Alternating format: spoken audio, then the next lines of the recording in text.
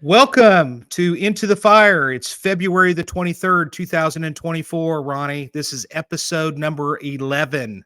It's crazy. Already Can you 11 of believe them. it? We No. haven't given up yet. We have not given up yet. We're excited to be here, and we appreciate everybody that has tuned in and messages us on a regular basis. What's been going on with you, buddy? Anything? Nothing crazy. I came and saw you this week over at the office. Margot and I had to come over, and there was a guy that, again, as we always talk about, First 48 fan stopping by the office. And so, according to Margot, he asked that I come over also. So I joined her and hung out with you guys for a bit. But it was actually pretty quiet at our office this past week. How about you guys? Oh, I've just been working, I don't know. It's just been kind of a blur this week. I've just been trying to stay busy. I'm doing a little cold case stuff, and I'm doing some stuff on my current cases, etc. To Kathleen, you're a regular viewer each and every week. I want to appreciate you coming in here. We've got the Spice King, Doug Satchery is actually he's watching us. He's watching us live, Ronnie. That's a big deal. There you go. He's a super good person. But several, I don't know, nothing really big. Tomorrow I'm going to be I'm going to be speaking anyway at a youth violence group tomorrow for about probably an hour. There's going to be some NFL player that's going to be from the Chiefs that's going to show up there as well. So I'm sure all the kids, there's going to be kids from 12 to 18 that are going to be present for this thing. And you know me, I'm going to be showing up with some real life scenes and stuff like that, but that's all been pre-approved. And so, it's going to be a lot of fun, hopefully. And, I'll give away some prizes, stuff like this. Ooh, yeah.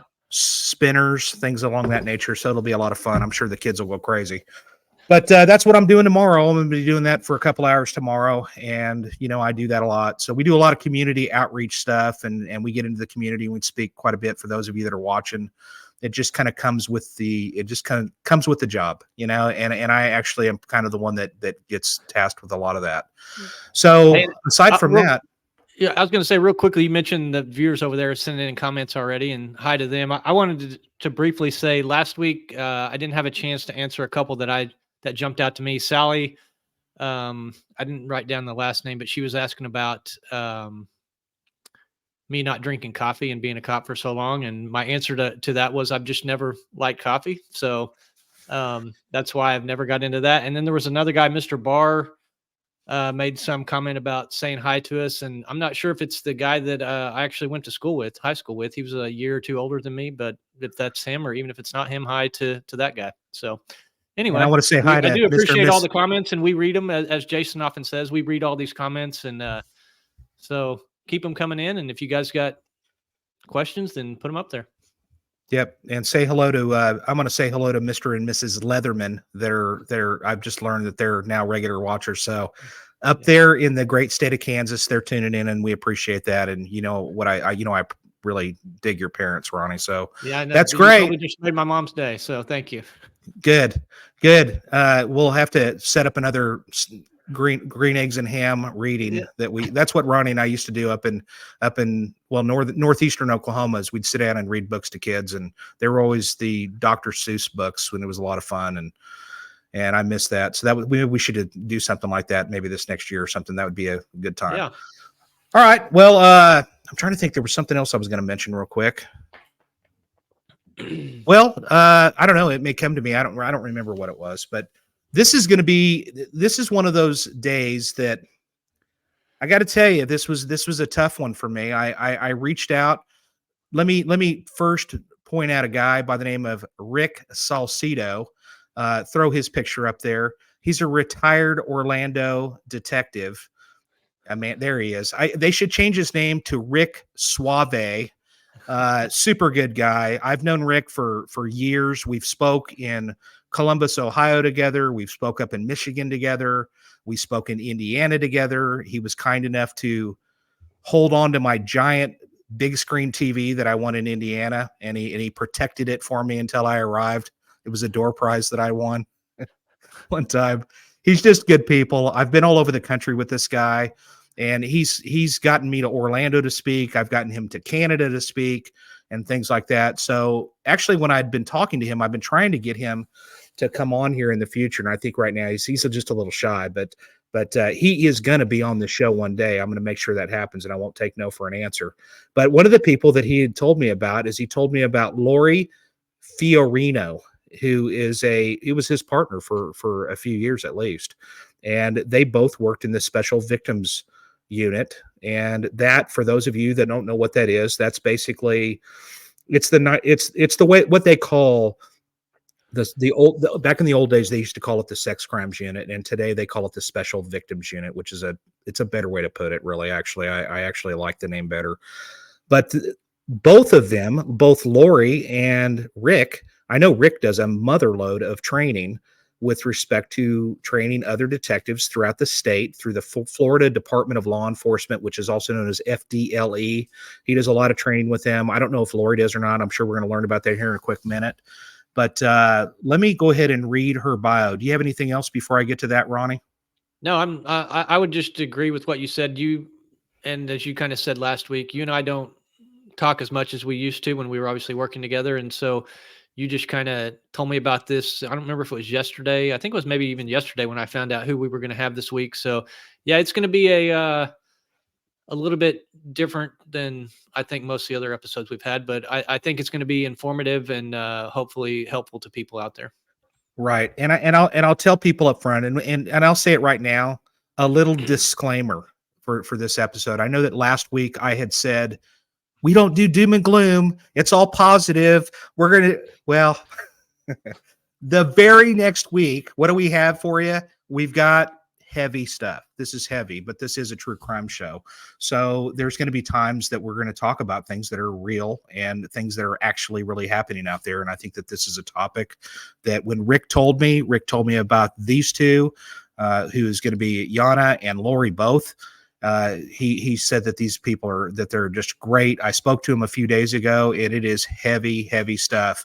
But I know that Lori and Yanna are going to bring it home, and they're going to show the value of what talking about this is all about. So let me tell you about Lori. Lori was a law enforcement officer employed by the Orlando Police Department since February of 2000. In March 2020, Lori retired from the Orlando Police Department, where the final 14 years were served in the Special Victims Unit as an internet crimes against children detective. For people that are in law enforcement, that's also referred oftentimes as INDICAC. I think that's what it is. But anyway, so Lori became the agency's expert in this field through the years and even after her retirement. Lori continued to educate others regarding crimes against children. Lori has taught at the Police Academy in Orlando, Florida, as well as co-facilitating courses for law enforcement with Rick Salcido, also known as Rick Suave, in child sex crimes. 1 year after retiring from the Orlando Police Department, Lori returned to the Orlando Police Department as a contract employee for further assistance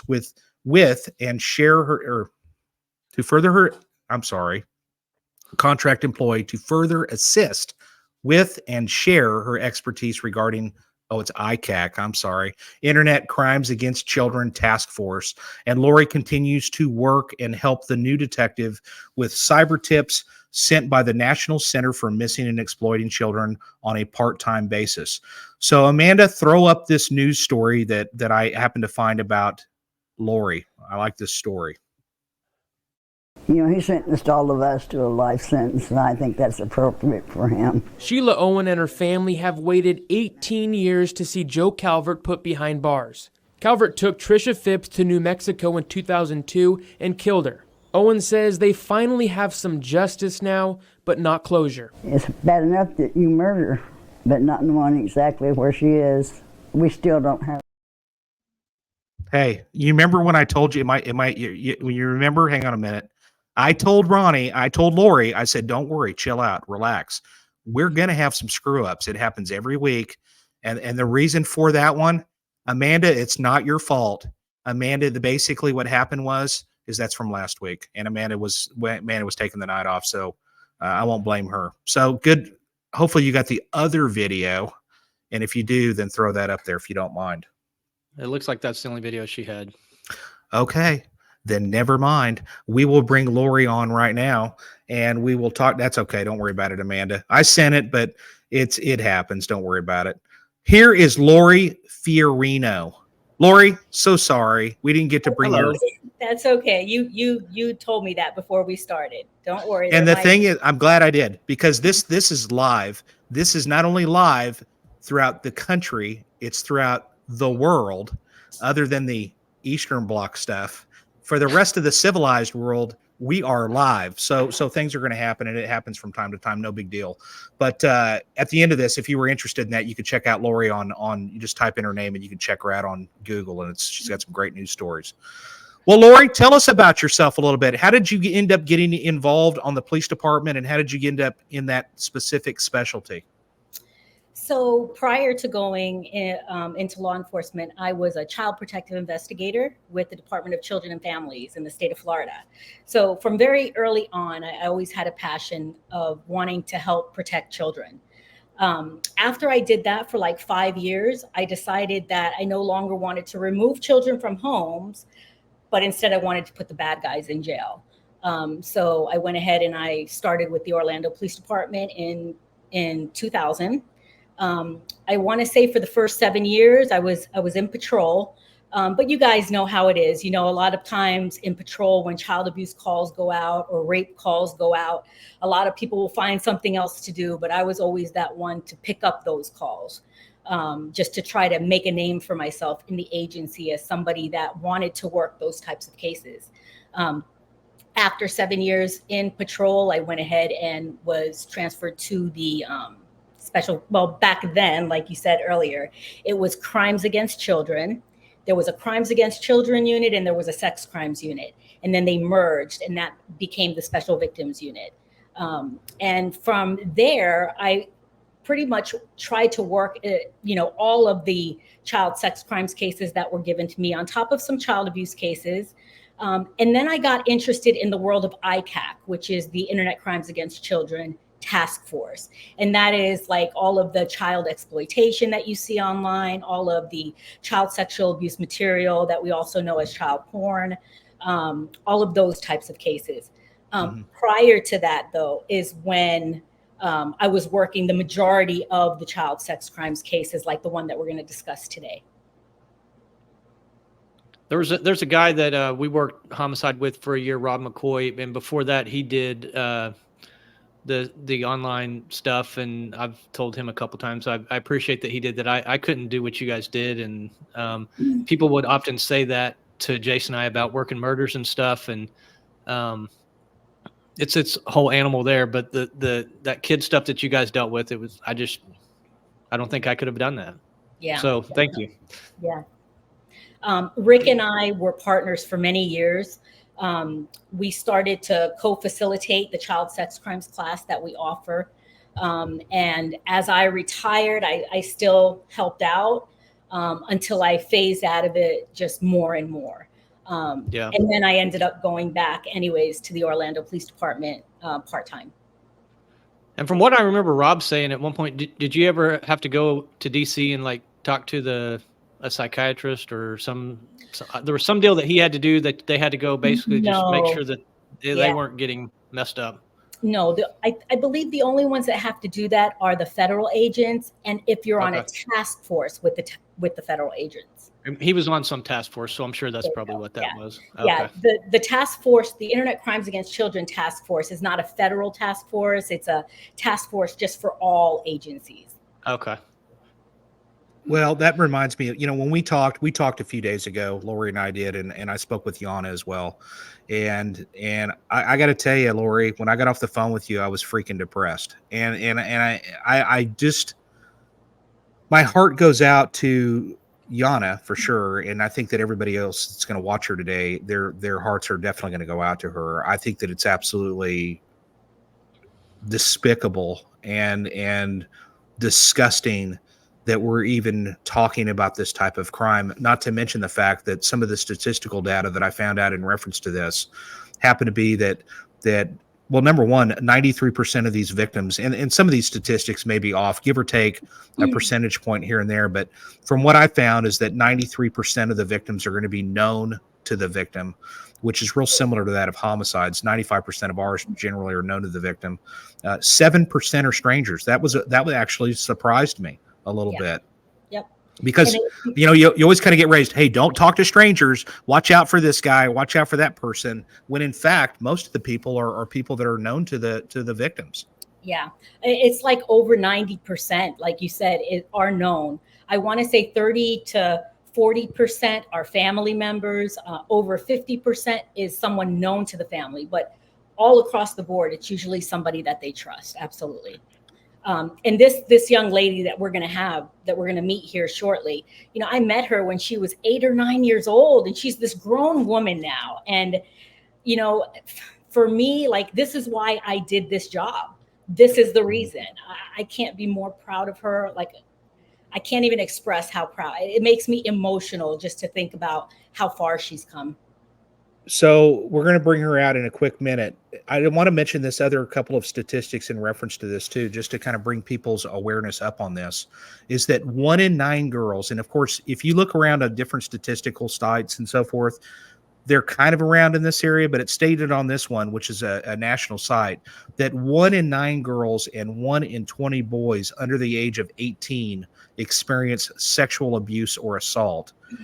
82% of these victims are under 18 or under 18 are female, and females ages 16 to 19 are 4 times more likely than the general population to be victims of rape, attempted rape, or sexual assault, which I think is absolutely crazy. The other thing is that about 4 times more likely to develop symptoms of drug abuse, 4 times more likely to experience PTSD as adults, and 3 times more likely to experience a major depression or a depressive episode as adults, which I think is I've understood. I Yeah. could see why that would be the case. It's just crazy. Yeah. So let's I go read ahead. something, Jason, that said that every 9 minutes a child is sexually assaulted. Yeah, that's crazy. It's just absolutely disgusting. And that's just the ones that we know about, because what is it? Roughly around 30% are the ones that actually report these things. Does that sound about right? Yeah. It- I'm sorry. No, go ahead. No, you go ahead. I lost my train of thought. I'm sorry. Well, I was saying that basically it was something along the lines of that only like 30% of these roughly are actually even reported to the police. Yeah, I read something that said like close to 73% of victims usually don't report at all. And then there was another number that I saw that was like 45% of child victims usually within 5 years, after 5 years, they will report. So it's such an underreported crime, which is why, if you notice, the statistics are all very old statistics. Like all the statistics that I see are just many years old. So I feel like the fact that it's so underreported is what makes the numbers so wacky at times. Well, Yanna speaks with Lori. They're a team. They really are a team. Is that fair to say? Yes. You're a team when you're speaking and so forth. Yes. Let's bring Yanna out and welcome her. Thanks for being here, young lady. Hi, Hello. can I put my phone sideways? I feel like I'm out of the club. Well, if you can, maybe try to flip it. I And maybe can. it'll Yeah, flip yeah, with yeah. us. Try it and let's see what happens. Let me make sure my auto rotate. Still out of the club. There you go. Yeah, there you go. Okay. Listen, perfect. I cannot thank you, myself and Ronnie, and really the show, the people, Amanda behind the curtain as well. We really can't thank you enough for being here. It takes a tremendous amount of courage for you to come on here, and really, I'm proud of you. I know Lori is beyond words proud of you, and we as police, that you got 3 cops in the room with you, so we're all really we're with you on this. So tell us kind of how this all started for you. Yeah, it definitely starts early on in my life. And I think that part of how I was raised prior to being introduced to my sexual predator, I was raised in a particular way where I did as I was told. I grew up in a Hispanic household, and it was very much, you don't question the authority. When they tell you to do something, you respect your elders. And so I was already kind of instilled in that when I did meet the perpetrator. But essentially, my mom had separated from my father when I was 3 years old. I just turned 3. And he ended up being deported to another country. So I grew up essentially just with her for the next 2 years. She did go to medical school while she was working to support me and my 2 older brothers. And so that is where she met her then boyfriend, Onyx. And he ended up very fastly making an impression on her to the point where she wanted to introduce him to me and my older siblings, and eventually ask if it was okay if he would move in. So he would become her live-in boyfriend. And it was the first time I had lived with any kind of man around my mom other than my father, my biological father. And so all I really noticed was that she was really happy. And it was the first time I had seen her happy in a long time. So when she asked if he could move in, I was 5 years old at the time. And I was game for it. I said, yeah, he seems to make her really happy. I'm cool with it. And so I said yes. My eldest brother said yes. And then it was my brother, the middle brother, one right above me. He said no. But even with him saying no, my mom, I'm not sure if they had a separate conversation, but felt comfortable enough to move him in. So from then on, it was really just bonding with him. We would go on family vacations to the beach together. He would go on to teach me how to ride a bike and how to fly a kite. And he also developed a relationship with my brothers. He would go fishing with them. He was essentially our father figure. From there on, it was not long afterwards. I would say about maybe a few months. It's hard to tell because I was really young, but maybe a few months after knowing him was the first time that he and I were alone together in my mother's shared bedroom with him, and she would work full time. He worked kind of part-time construction jobs, and so he had a lot of free time. And so he would spend those time watching us. And one of these times I was watching TV in the room with him, and my brothers, I believe, were either outside or in their shared bedroom. And while watching TV, he reached for my pajama bottoms. And instantly I was just kind of taken aback a little bit. I was a little skeptical, but again, I was told to trust my elders. So I trusted him. And when I asked him, what he was doing, he put his finger over his mouth and said, "Shh, we can't talk about this. This is something that has to stay between you and I." And I'm 5 years old at the time. And he said if I were to ever tell anyone about it, that he would be taken away and separated from the family, and the family would go back to being broken again. And he asked me if I wanted that. And I said, no, I don't want that. So he said, okay, well, then this has to stay between you and me. And then he proceeded to perform oral on me. And that became a routine. Pretty much every morning, because I was the youngest, and my brothers were at least 2 years older than me. The eldest was 5 years older than me. We were in different school groups. So they would often go to school earlier than I did, which left about an hour to just me and my stepdad, while my mom was already at work.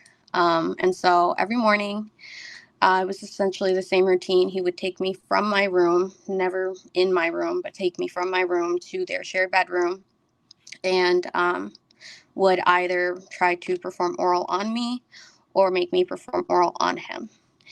And then he would take me to my bus stop afterwards and send me off to school. And that's where I would learn my timetables and, basic English. And then that just became routine for the next 4 years. In 2010, so I was going to turn 10 that year, is when it was President's Day. And my eldest sibling, the one that's 5 years older than me, he ended up looking for me. I guess we had to do laundry while my mom was at work. She still had to work on President's Day. But we had the day off from school, so he wanted me to do the laundry with him, and I was in my stepfather's bedroom, same morning routine. So at that point, I'm under the covers, and my pajama bottoms are about down to my knees, and I'm hiding while my brother is looking for me to do the laundry. At that point, my stepfather was under the covers completely, head under the covers and everything. And my brother kind of asked what was going on. That was when my stepfather ended up telling him that I was sleeping, and not to disturb me, that he was going to go take a shower, and that I was sleeping. But my eldest brother was not satisfied with this answer, so he ended up coming over to my side of the bed, and he asked me to remove the sheets. Even though I closed my eyes, I pretended like I was sleeping. I did everything that he had said I was supposed to be doing. And my brother told me to remove the sheets. And I told him, I'll be right there in a minute. Like, just give me a second. And I could tell he really knew something was wrong in his face and the tone of his voice. And so I just looked him in the eyes with a very pleading expression. I just told him, please, no, just go.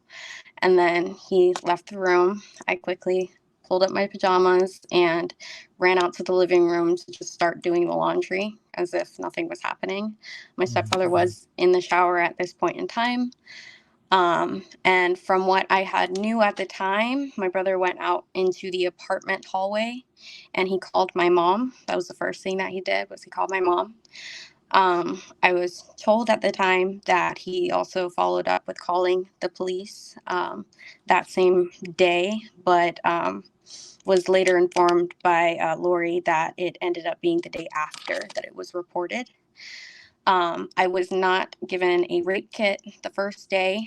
I was taken by my mom to her boss, which was my pediatric doctor at the time, just kind of keep me somewhere that wasn't at the house. And that was also where she decided to take out her own justice on him. She did hit him a lot. Some of it was in front of me. But essentially, that was where she kind of took me to my bedroom first and locked the door while he was still out and asked me, did this happen? Did this happen? At first, I denied it. I was just really scared and sad. And she told me, she's like, you're not going to get in trouble. You're not going to get in trouble. Just tell me. And I broke down and sobbed and told her, yes, he did do what she's saying. And he proceeded to open my bedroom door, even though it was locked. And he tried to come inside. And that's where she struck him across the face. And he fell to his knees and he looked at me and he said, please tell her it's not true. Please tell her, I'm begging you, like, look at what she's doing to me. And that was when she took me to the bathroom, and then they settled whatever they were doing out in the living room. And then he left. At the time, I thought he was being arrested at that time, but it wasn't until the day after. But Okay. he left, and then she took me to that doctor's office. And So when we talked the last time, you had told me that you had undergone, from that point, fortunately, he went to jail. And just as a reminder, just as a reminder to the people here, this is something that Yanna speaks about often with other survivors of this type of stuff to help them along. So I don't want people to have the wrong idea that we're basically parading her out here to I mean, this is something that she does, and this is like a public service announcement, honestly, for her to get the word out there and to let others know that you know, there are those out there that are true survivors, and there is life after that. I don't want to even say that, honestly. Is that true, Yanna? So To an extent? absolutely, I believe so, and I'm a living testament now to that. But it also goes without saying that there were trials and tribulations even afterwards, to where I almost wasn't here today. So definitely a survivor of what happened, and also a survivor of surviving the incident. So yeah, for sure. So Ronnie, she told me, go ahead. How old was he? He was, I believe, 36 or 37 when he was caught. Okay. Now ahead, you Jason. went under. You underwent from the time of his arrest, and we talked about this. From the time of his arrest, it was 18 months, right, until you actually went to court and testified. Yeah, so So I tell was us what your 9 when he was arrested, and then I didn't testify until I was 11. and what was that experience like to actually testify at that point? A lot of mixed emotions, because, like I said, I did go through therapy. So I think that, I mean, I know that my testimony would have been significantly different, had I testified right after it had happened, or as close as possible to the incident. But given that I had already gone through and graduated from therapy at that point, I started to comprehend what had happened. And so I think my testimony was more driven by anger towards him rather than driven by just fear and completely a fresh recollection of everything that happened. It was just get in and get out. I was really nervous, and I just wanted to complete the testimony without showing him any kind of fear or that he got to me in any sort of way. And Lori, you were the main detective on her case. Is that correct? Yes. What was the experience? And so she has this trial, and essentially because of a couple of delays, maybe. And this is the type of crime. And correct me if I'm wrong, Lori, because we deal with homicides. This is not. I'm going to speak for Ronnie. Ronnie, this is not our cup of tea, right? I mean, we No, just don't not deal at with all. this kind of stuff. So, just for the general citizen, just we as detectives, I'm learning here. This would be way out of our element. Okay, so forgive me if I say anything that's just weird or wrong. But so you it's really a lot of these cases are a he said, she said, or they said kind of deal, right?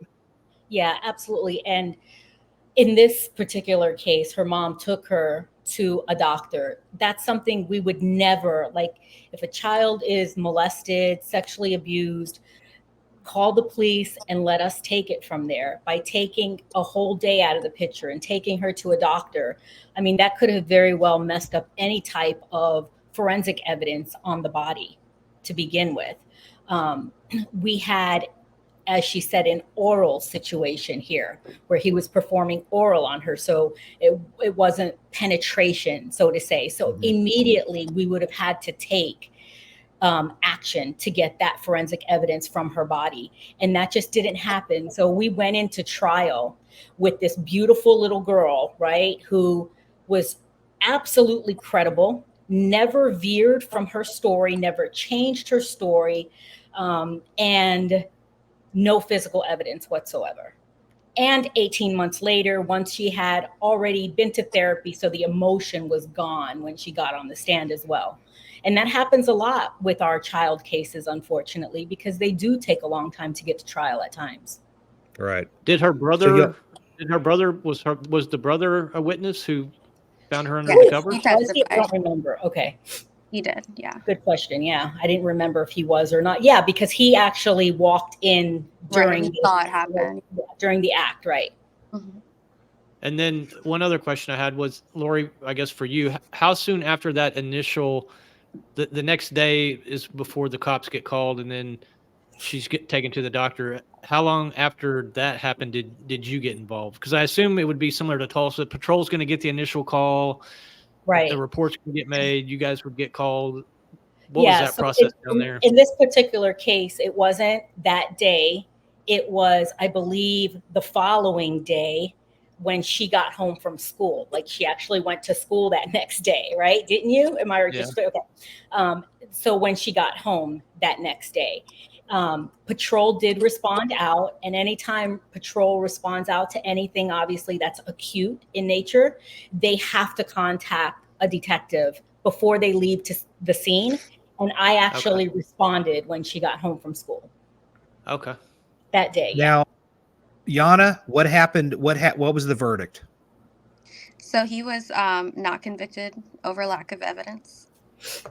Yeah. And oftentimes, and Lori may be able to address this, oftentimes the jury they come out and the judge tells them, hey, you can speak to the police or the prosecution if you choose to when you walk out of the room, or you can choose not to.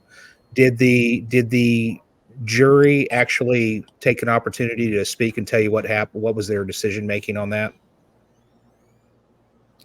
No. No, that didn't happen. No. Well, How was I would have the- liked to have heard. Yeah. Go ahead, Ronnie. I'm sorry. How was the defense attorney during the trial? Was he, quote unquote, doing his job and giving his client the proper defense that, that you should get from a defense attorney? Or was he just trying to twist everything around and play games and be the shady car salesman that you sometimes hear about that can happen? I'll let you go ahead and answer that. I was only allowed to be in there when I took the stand, and then I wasn't allowed to go back in until the end. But I do know that in interviewing him, he denied it throughout the entire interview. And we interviewed him for a long time. Even though we heard some inconsistencies, he stuck to the fact that he never touched her at all. Yeah. Okay. And Yanna, what was your opinion of the defense attorney? So I do remember it just kind of started out with him asking me basic questions about school and kind of dropping my guard down. And it was. Yeah. And then he kind of struck in with, it was twisting the story to essentially that my mom was coaching me to say this, and that my mom was the one who was trying to get back at him because he had cheated on her with his previous wife before her. And so his stepsons from that previous marriage actually testified to how they knew my mother and how she wasn't trustworthy. But little did they know at the time, and even Lori didn't know at the time, that those stepsons also sexually abused me. They were teenagers when I was 5, 6, so like 15, 16. And the story doesn't stop. Oh, go ahead, Lori. One of the fears that Yanna had was that DCF was going to remove her from her home if she did tell the entire true story of everything that was happening to her. That fear held on to her for a very, very long time. Yes. So like you said, it didn't stop there. There were a lot of things that happened behind the scenes. So like Lori said, I never changed my story because my story was as true as it was towards him. But there was more to the story behind the scenes that I didn't bring up. I also felt like it was just completely separate from the case, which now as an adult, I'm realizing they were very well connected. But my own, the middle brother that said he did not want him to live there was also sexually abusing me in the home in the same way. It's kind of just no penetration, but oral and physically touching. And he essentially never said that he saw anything when it came to the case itself. He did not testify. He did not say he had anything to do with it. He just said, I didn't see anything. I've never seen anything. It seems fine. But behind the curtains, he would, out of curiosity, I'm not sure, he was 2 years older than me. He would touch me when we shared a bedroom together. He would touch me when no adult was present, usually at night. What happened to that brother was later on arrested for molesting a 12-year-old girl. Is he a registered sex offender now, Yanna? For life, he is, yes. He was convicted. They found DNA evidence on that case for him towards that 12-year-old girl. He was 18 at the time. And he actually just completed his 6 years probation that he got from that, and he was incarcerated for 6 months. And is that was your biological brother or stepbrother? Yes, biological. Okay. And then That seems a little light to me. Yeah.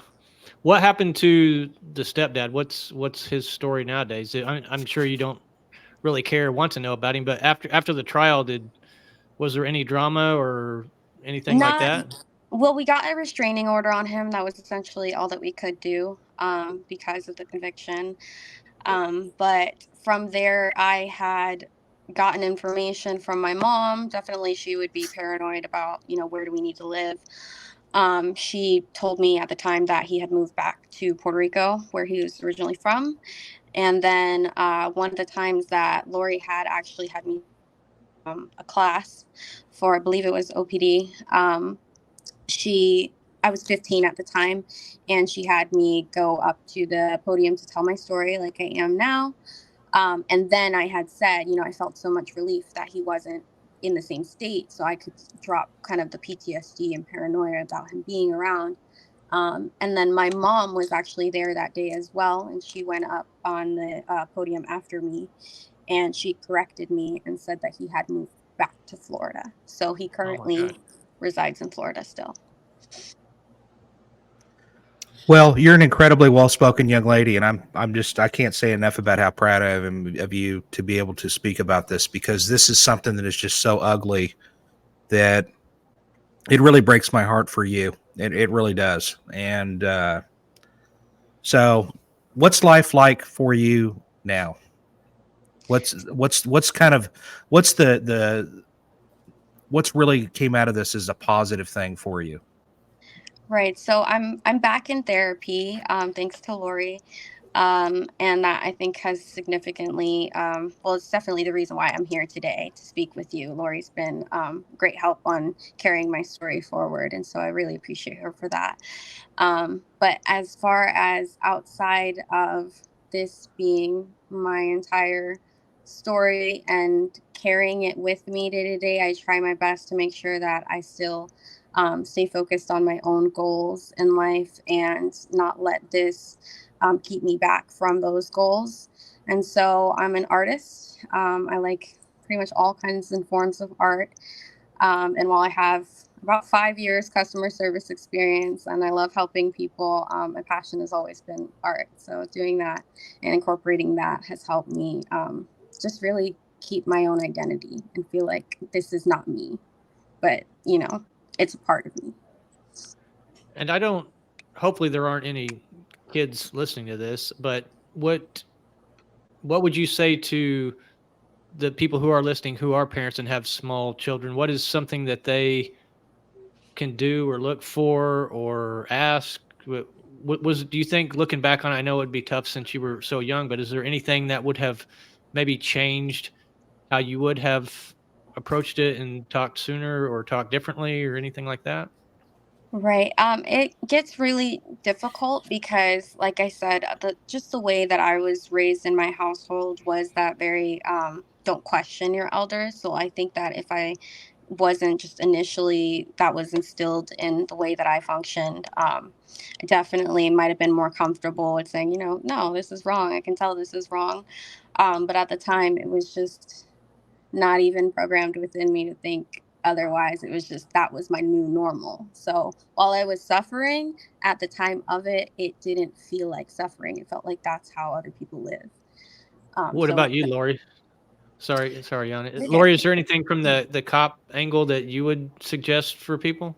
Yeah, definitely. So one of the first things that I want to bring up is Yana had mentioned that, she's supposed to trust her elders. And I can't tell you how many times I've heard that in other investigations where I would ask a child, like, is there a reason why you didn't tell your mom, or why did you do what that person asked you to do? And I've heard the same thing, that my mom always told me that I'm supposed to respect and do what my elders tell me to do. So that's something important to keep in your mind if you have children, maybe choose your words a little different. As far as teaching your kids, we know that a lot of parents teach their children names of their private parts. They make up names.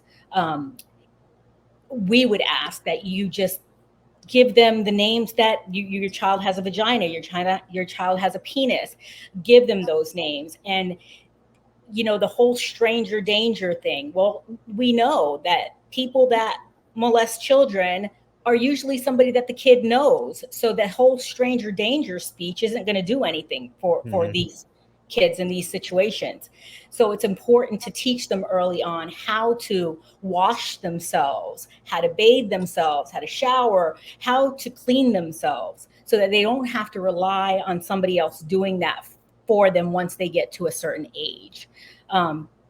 There's so many things that a parent can do to kind of just give them that education early on and continue to build on it.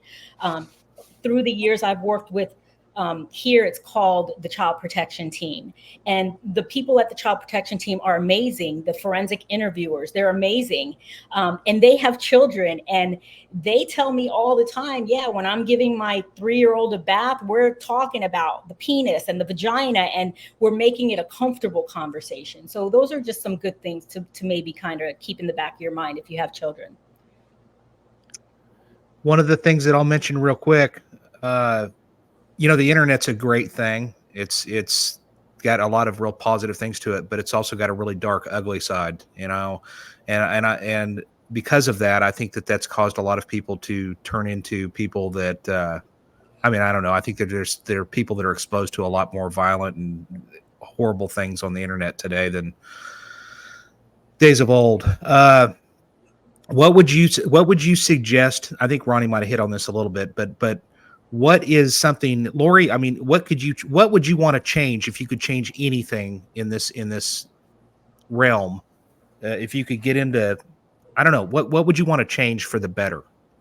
You mean as far as child sexual abuse, or this specific case? Well, child sexual abuse, honestly. Just what do you think that they could do to make things better? I think just awareness. I've asked, and maybe Yanna could answer this here now, but I've asked her in the past, like, a lot of times when you're in school, people come in and they talk about these things in class sometimes. And I've asked her, like, what could have been done differently to make you open up about everything that was going on? And what would your answer to that be, Yanna? Yeah, so I've said it before and I feel the same way. I felt really ostracized in my experience, even though now we can talk about the statistics and know that it does happen to like pretty much anyone you would know. And at the time, I just felt so alienated. I didn't feel like I would tell my mom constantly, I don't feel human. I don't feel normal. Something's wrong with me. And it wasn't that. It was just that no one around me felt comfortable having that kind of conversation. And so often I was told, we can't talk about that happened, even though there's a public case on it and everything like that. And so it felt like I was kind of two split identities. At home, I get to feel it, and then at school, I can't. And these friendships that I had didn't feel authentic. They didn't know this big part of what recently happened to me. So I feel like if given, the dedicated time within a class, one that obviously doesn't impair the learning experience, but that is in itself a great learning experience and tool that they could all use to, if they know a friend and that friend shares that experience with them, they can feel comfortable, telling an adult and getting that friend that help that they need. And that can be an uncomfortable situation that people just aren't educated enough on. Yeah, I feel like the awareness component of it, Jason and Ronnie, is the most important thing, especially for kids, to have it put to them in a childlike manner so that it becomes normal, and maybe more victims will come forward instead of never coming forward. Right. I guess specifically in Orlando or Florida, since that's where you did it, one of the things that Yanna talked about and was kind of told to her is, hey, they're going to take me away from the family.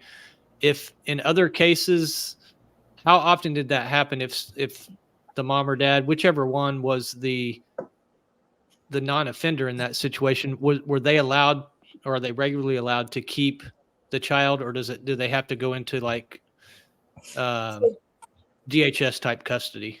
The only kids that I ever saw removed that were sexually abused, if the child was with one parent, but that parent wasn't protecting the child and allowing the perpetrator to still have access, then in those cases, absolutely, DCF will come in and remove, either place with family or in foster care. In Yanna's situation, this is what an adult was telling her was going to happen. And Right. That's why she truly believed that was going to happen to her. Right. So Okay. just to clarify a little bit, when I was told that, DCF would come and separate the family, it didn't have to do with the case that Lori had worked on. It had to do with when she found out what my brother was doing to me. She Okay. actually had found that situation out, and instead of reporting it and going through the right authorities, she thought she could take it upon herself to keep us separated, and that would solve that, which it did not. Okay. What is your relationship like right now with your mom and your brother?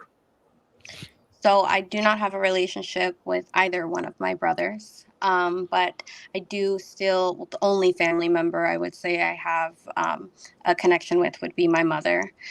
And it's been trying for sure. I did have to go no contact for some time, but definitely her coming forward to me and just completely apologizing was, I think, a huge step, because I had never gotten an apology my entire life from her.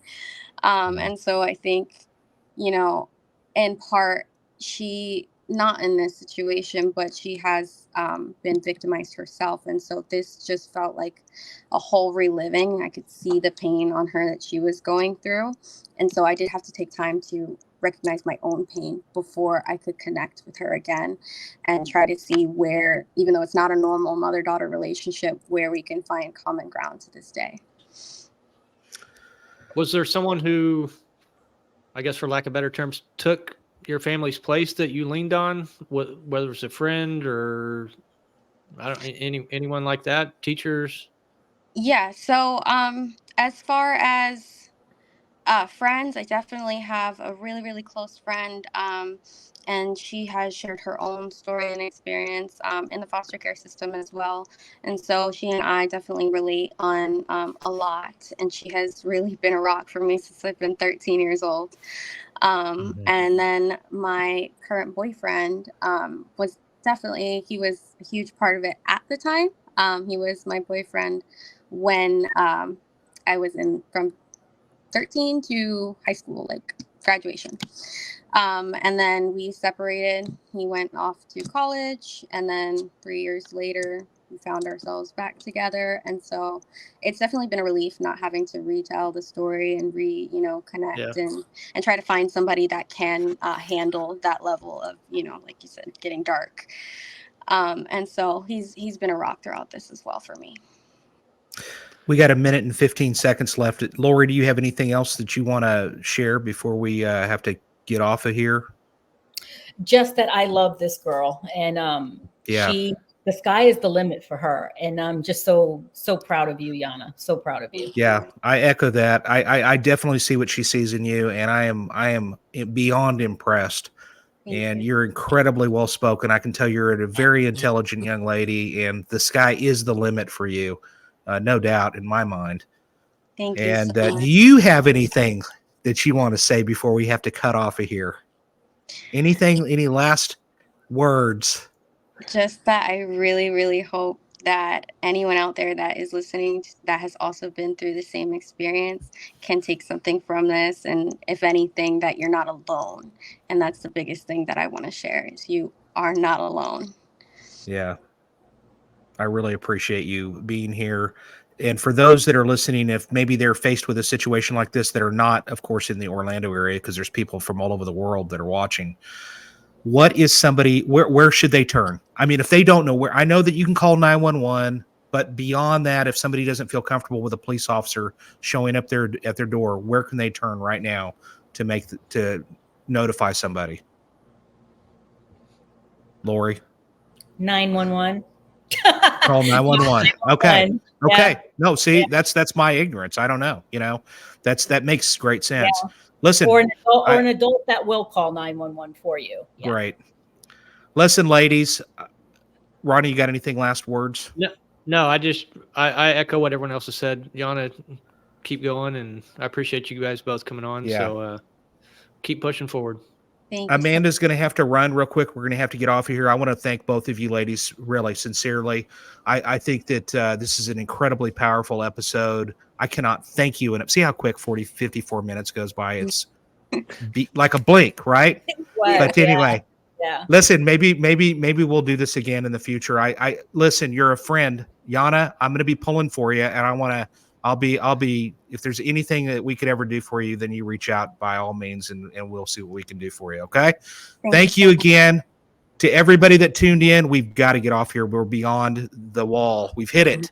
We've got to go. Next week, we are going to have a special guest. It'll be Jermaine Rogers from Mobile Homicide, Mobile, Alabama.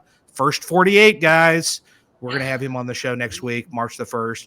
Thanks for joining us. We'll see you next week. See you guys. Bye, guys.